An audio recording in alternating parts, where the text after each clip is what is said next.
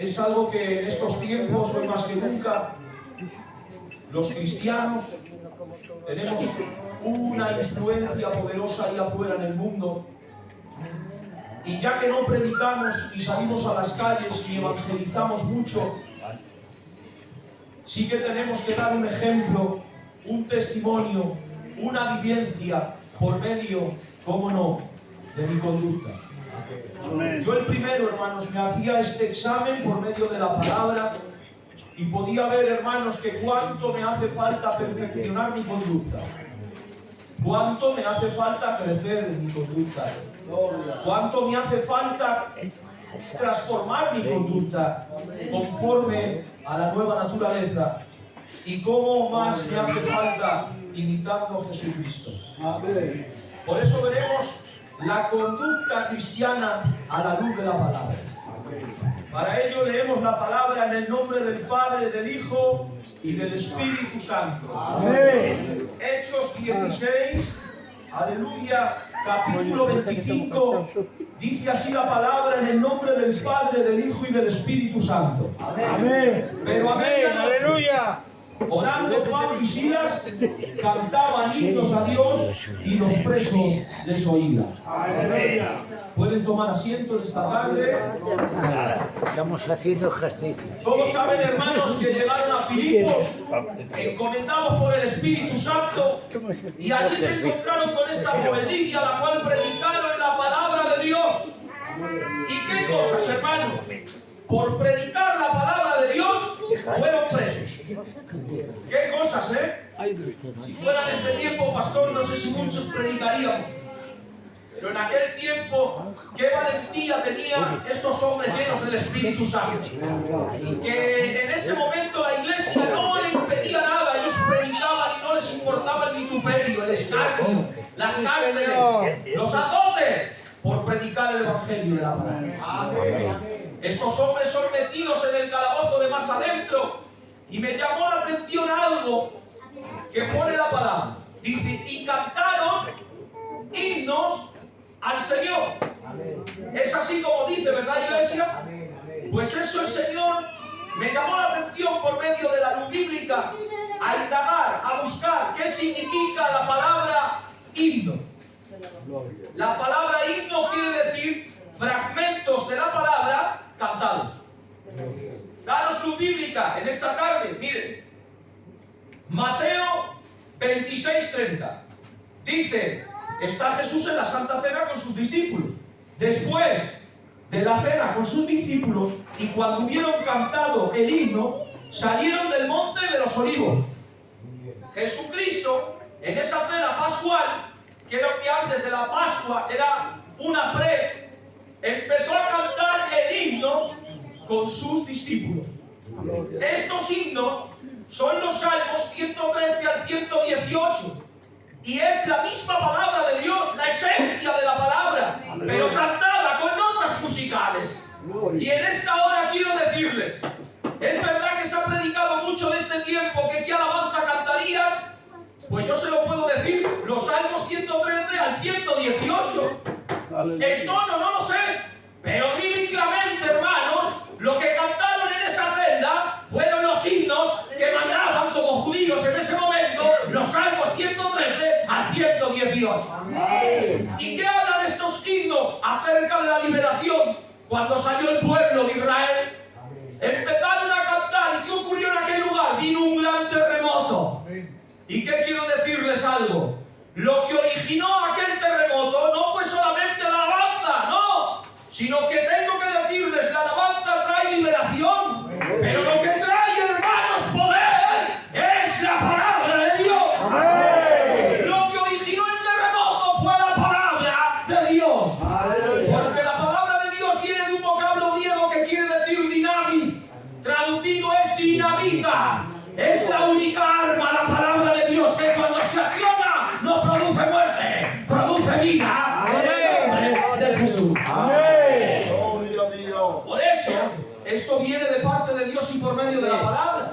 Porque un terremoto natural, ¿qué causa? Muertes. Causa, hermanos, mortalidad a un número, a una escala impresionante. Pero este terremoto no produjo muerte. Todos estaban allí. ¿Qué hizo? Se abrieron las puertas y fueron soltados los billetes. Tengo que decirles que yo titulé este mensaje: el verdadero terremoto de cambio es la palabra de Dios. Yo no sé usted qué está esperando, qué terremoto está esperando en su vida para que de una vez por todas su vida cambie. Les pregunto, iglesia, no sé qué terremoto está esperando. Si es el terremoto que venga alguien ore por usted, que venga alguien y le dé una profecía, si está esperando aquel momento, puede ocurrir. Pero usted no transformará su vida, no cambiará su vida, se irá igual. Pero si se deja que el origen de la palabra le selle, la palabra tiene un poder transformador, cambia de origen las cosas. Antes un pecador en potencia, pero ahora somos redimidos por la sangre del Cordero. Por eso la definición más exacta de la palabra de Dios que encontré es esta: la palabra de Dios es la regla de Dios y el método infalible de fe y conducta. O sea, el método que Dios usa por medio de su palabra es infalible, no falla. Si la palabra se origina en una vida, esa palabra tiene que cambiar, esa persona tiene que ser transformada, porque la palabra crea conducta. Hermanos, las matemáticas de la palabra de Dios no fallan. Por eso la palabra produce. La palabra no es una semilla estéril, es una semilla que germina y da fruto al 30, al 60 y al 100 por uno. Y la palabra se transforma en nuestras vidas en conducta. Por eso quiero hablarles de este tema que les he dicho. Conducta en griego es anastrope, que quiere decir manera de vivir. Eso es lo que significa la conducta, lo que nosotros somos hacia el mundo. ¿Cómo nos comportamos? Eso quiere decir manera de vivir. Pero en psicología quiere decir manera de comportarse, conjunto de reacciones con que una persona reacciona en una situación. Esa es la forma de vida que nosotros tenemos. Ahora un ejemplo bíblico, hermanos. El ejemplo bíblico que tengo se encuentra en Gálatas 1:13 y hablamos del gran apóstol Pablo. Y dice así la palabra de Dios: porque ya habéis oído acerca de mi conducta en otro tiempo, en el judaísmo, que perseguían en sobremanera la iglesia de Dios y la asolaban. O sea, el mismo apóstol Pablo no se esconde su conversión, no se esconde lo que él era en otro tiempo, y nos pone de ejemplo su conducta, y nos habla de lo que era antes de conocer al Señor. El apóstol Pablo, hermanos, antes se llamaba Saulo.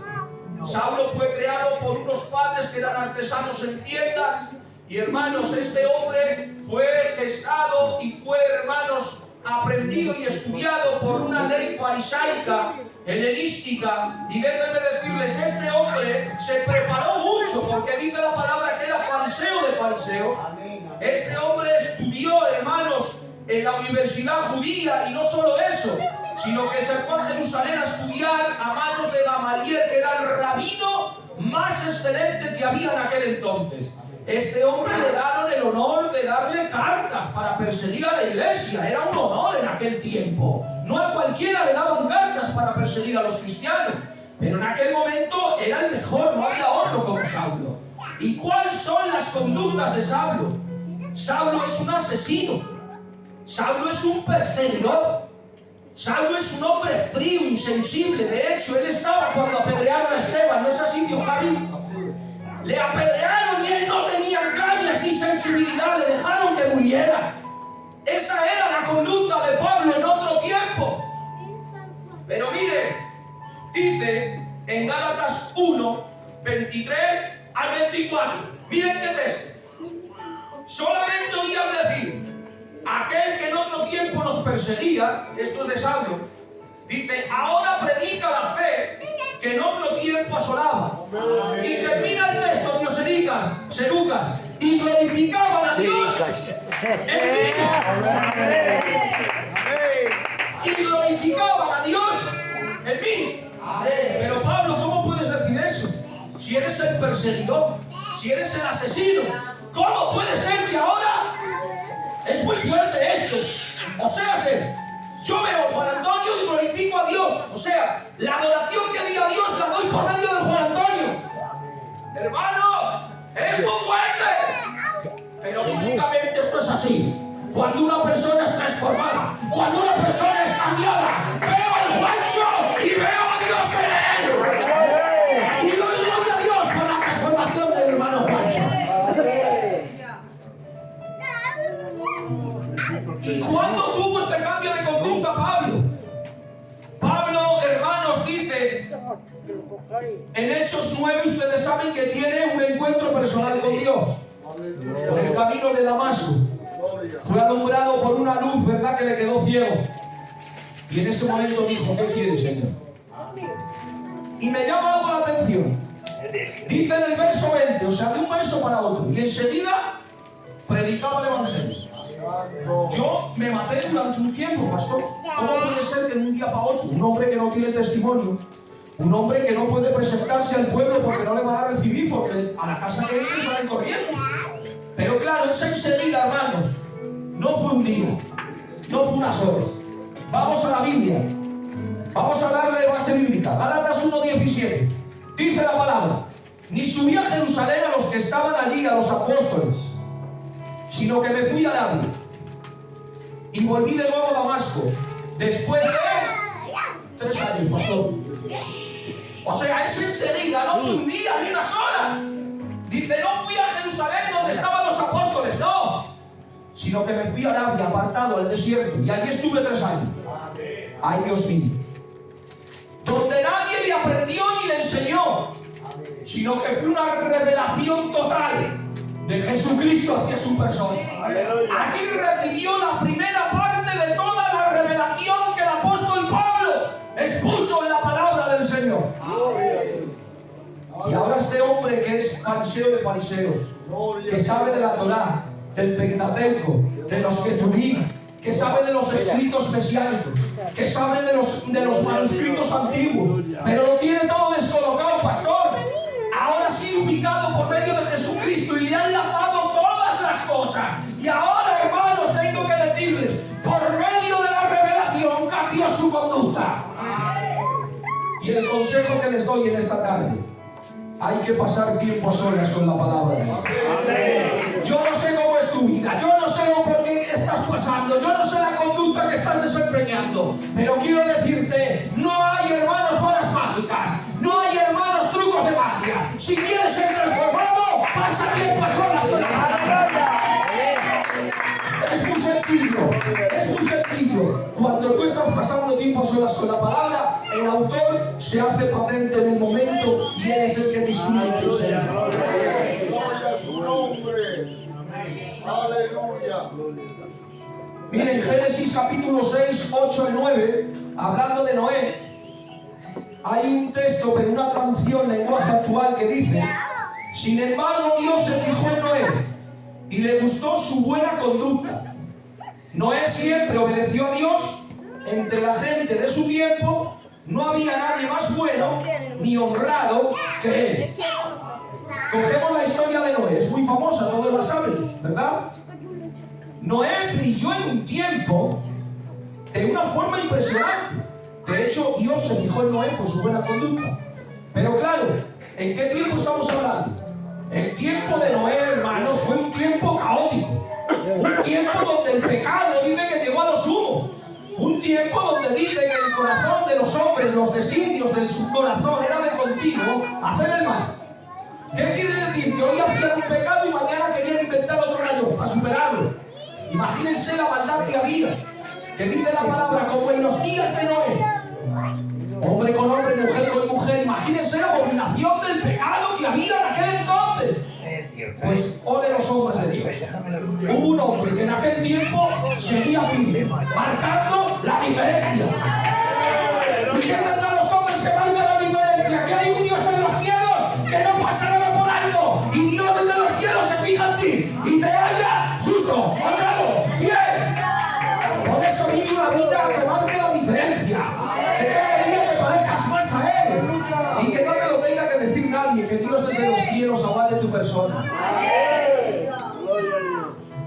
Santiago 3, 13. Miren qué texto, hermanos, que es que la palabra de Dios es impresionante. Gloria a Dios. ¿Quién es sabio y entendido entre vosotros? Dice Santiago. ¿Quién es sabio y entendido? Dice, muestre por la buena conducta sus obras en sabia mansedumbre. Y dice, sigue diciendo el verso 12, ¿puede acaso la higuera producir aceitunas? ¿O la vid puede producir higos? Así también ninguna fuente puede dar agua dulce y agua salada. De la misma manera que se identifica, hermanos, un árbol por sus frutos, también se puede ver la sabiduría por la forma en que actúa una persona. Hay gente que tiene un conocimiento teórico y procesa fe en sus labios, claro que sí, sabiduría, pero no van acorde con la conducta. Sé mucho, soy sabio, pero no muestro por las obras lo que yo estoy diciendo. Entonces, ¿qué pasa aquí, Eugenio? Una fuente no puede tener dos caños, agua dulce o salada. O eres una cosa o eres otra. No nos engañes, Eugenio. Eso es lo que está diciendo Santiago. Porque en aquel tiempo había gente de todo en esa iglesia. Y Santiago trajo, hermanos, la firmeza de la palabra. Sabéis mucho, sois sabios, sois entendidos, pero estoy cansado de tanto saber. Estoy cansado de tanto teólogo de turno. Pero que las obras que tú me muestras no van acorde con lo que me dices. Y hoy en día esto pasa mucho, lamentándolo mucho. Vemos gente, hermanos, el otro día vi un estado de Facebook que me reí. Dice, no te hagas tanto el teólogo y acude a los cultos porque hace 2 meses que no te vemos. Y es que vemos gente comentando en las redes sociales que son monstruos. Comentan de todas teologías, de todas doctrinas, pero preguntas por su vida espiritual, hermanos, y es un desastre. Entonces las obras no van acompañadas con lo que yo sé. ¿Para qué quiero saber tanto si no hago nada? El Señor me dice, el poco conocimiento que tengas, ponlo en práctica, en el nombre de Jesús. Como he dicho, el proceso de la fe es conducta, y sin conducta no hay fe. Lo he dicho muchas veces, hermanos. Parece que Pablo y el apóstol Pedro, parece, hermanos, y Santiago, perdón, que se contradicen. Porque Santiago nos dice una cosa y Pablo otra. Santiago nos dice que la fe sin obras es... Quiero que me responda la iglesia, la fe sin obras es... Pero el apóstol Pablo nos dice en Efesios capítulo 2 y versículo 8 que por la gracia sois salvos por medio de la fe. Pero nos están diciendo 2 cosas distintas, pero en el mismo sentido. Pablo nos dice la manera que uno puede ser salvado mediante la gracia en Cristo Jesús. Lo que me salva es la gracia, pero es un medio, un vehículo, la fe. Pero Santiago nos está diciendo que si verdaderamente hemos nacido de nuevo y evidenciamos una nueva naturaleza, tenemos que manifestar obras de salud. Porque si no me muestras las obras por medio de lo que tú dices, dudaré de tu persona. Pero lo que está diciendo Santiago, no hago solo obras para ser salvo, sino hago obras porque ya soy salvo. Y una persona salva, nacida de nuevo, tiene que hacer obras sí o sí. Eso es lo que está diciendo la palabra de Dios. Seguimos más adelante, dice 1 de Pedro 3, 1 y 2. Miren qué texto, hermanas. Asimismo vosotras, mujeres, estad sujetas a vuestros maridos, para que también los que no creen a la palabra, están hablando de los maridos inconversos, para que también los que no creen a la palabra sean ganados sin palabra por la conducta de las esposas. ¿Cómo puede ser esto, pastor? ¿Cómo puede una mujer ganar a su marido si no le habla de Jesús? Dice que no le hable, que calle, pero dice que muestren a Jesús por medio de la conducta. Hermanos, en este mundo, como he dicho a lo primero, se puede predicar sin hablar. Una cosa es testificar por medio de la palabra, cojo un texto en la calle y anuncio Juan 3:16, porque de tal manera amó Dios al mundo como predicó el Jesús el otro día, y testifico de Jesús. Pero otra cosa es testimoniar, por medio de mi testimonio muestro a Jesucristo. Y hoy en la iglesia de los artistas hay mucha gente que no habla, hay muchos ancianos que no hablan, hay muchos hombres que no hablan, pero su vida es un ejemplo, es un testimonio. Y es mejor no hablar y demostrar más al mundo. para ir adelante y no ser escaso. ¿Cómo puedo mejorar mi conducta? Mediante la palabra, por medio del Espíritu Santo, que es el verdadero terremoto de cambio y la regla de Dios y el método infalible de fe y conducta. Miren, el Señor me hablaba de esto de una manera especial. La conducta se aprende, no se hereda. Así es. La conducta se aprende desde que nacemos.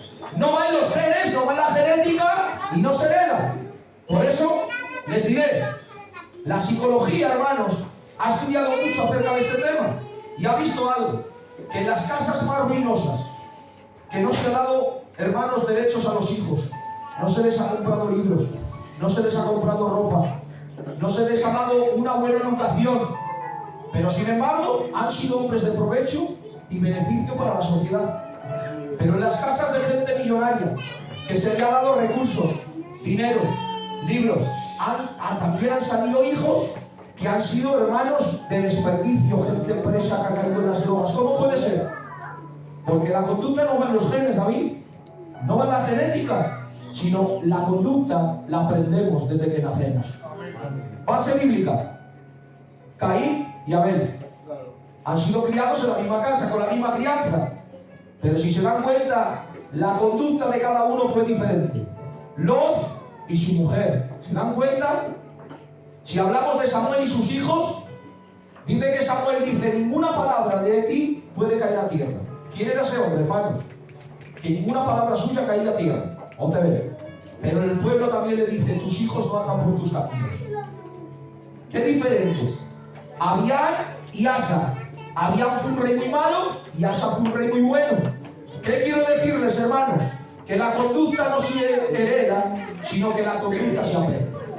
Y el Señor me habló mucho acerca de esto, porque claro, el pueblo gitano muchas veces hemos atribuido esto. Se nos va la conducta en la genética y hemos dicho: es que yo vengo de los fulanos, pastor, y los fulanos son gente valiente, gente seria, y yo también soy de gente seria y soy de gente valiente. Pero aquí nos habla la palabra de Dios, que la conducta no se hereda, la conducta se aprende.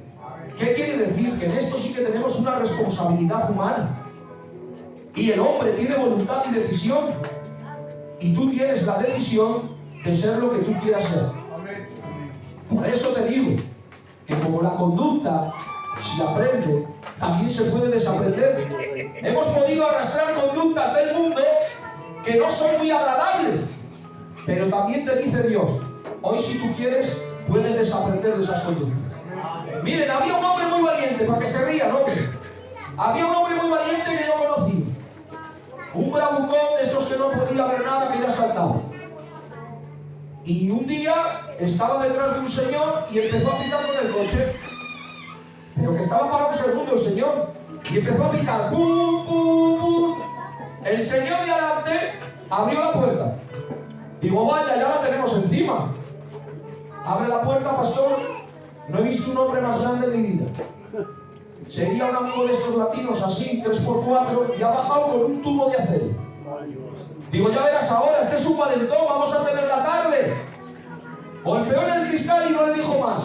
¿Tienes algún problema, moreno? No hay problema, no hay problema. Cogió, metió primero y tiró para adelante. No, ven, hermanos, era valiente, pero desaprendió, ¿verdad? Lo que él traía, y vio el peligro y fue inteligente. Digo: si bajo me mata. Metió primero y tiró para adelante. ¿Qué quiero decirles, hermanos?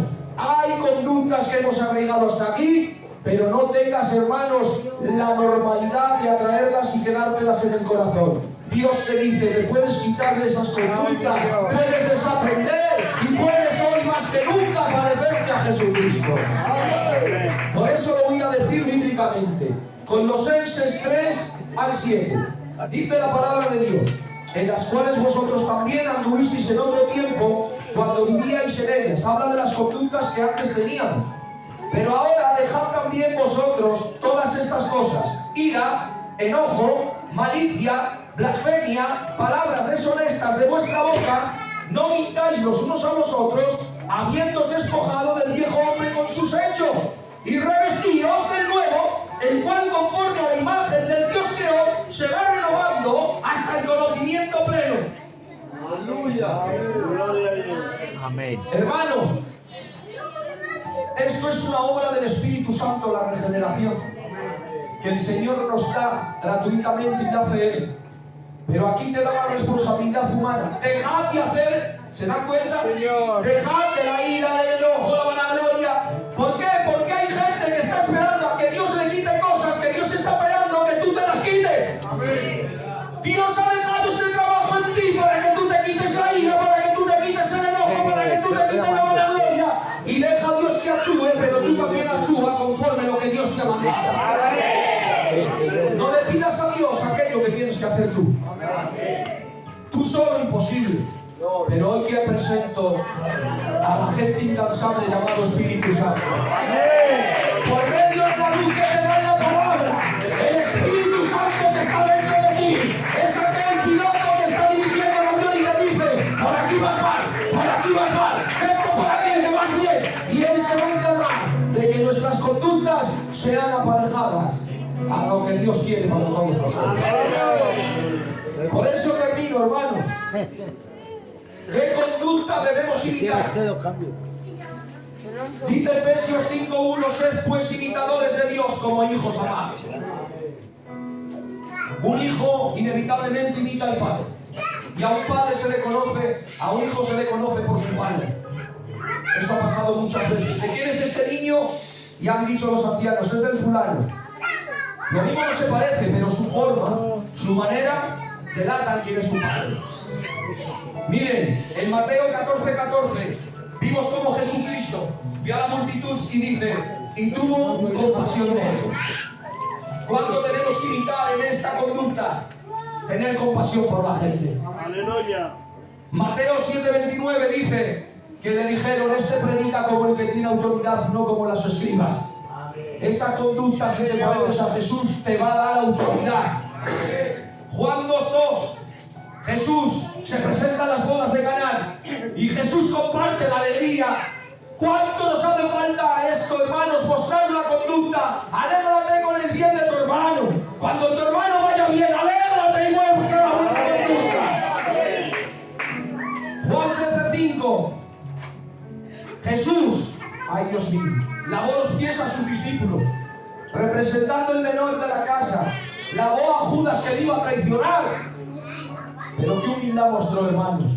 Cuánta falta nos hace mostrar en nuestro pueblo esta conducta. Ser humildes como Él es humilde. Lucas 23:24.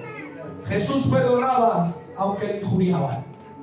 Cuánta falta nos hace mostrar una conducta que perdonemos, hermanos, aunque no lo merezcan. Pero así como Jesús perdonó, dice que tú también perdones. Romanos 5:8. Esto es impresionante.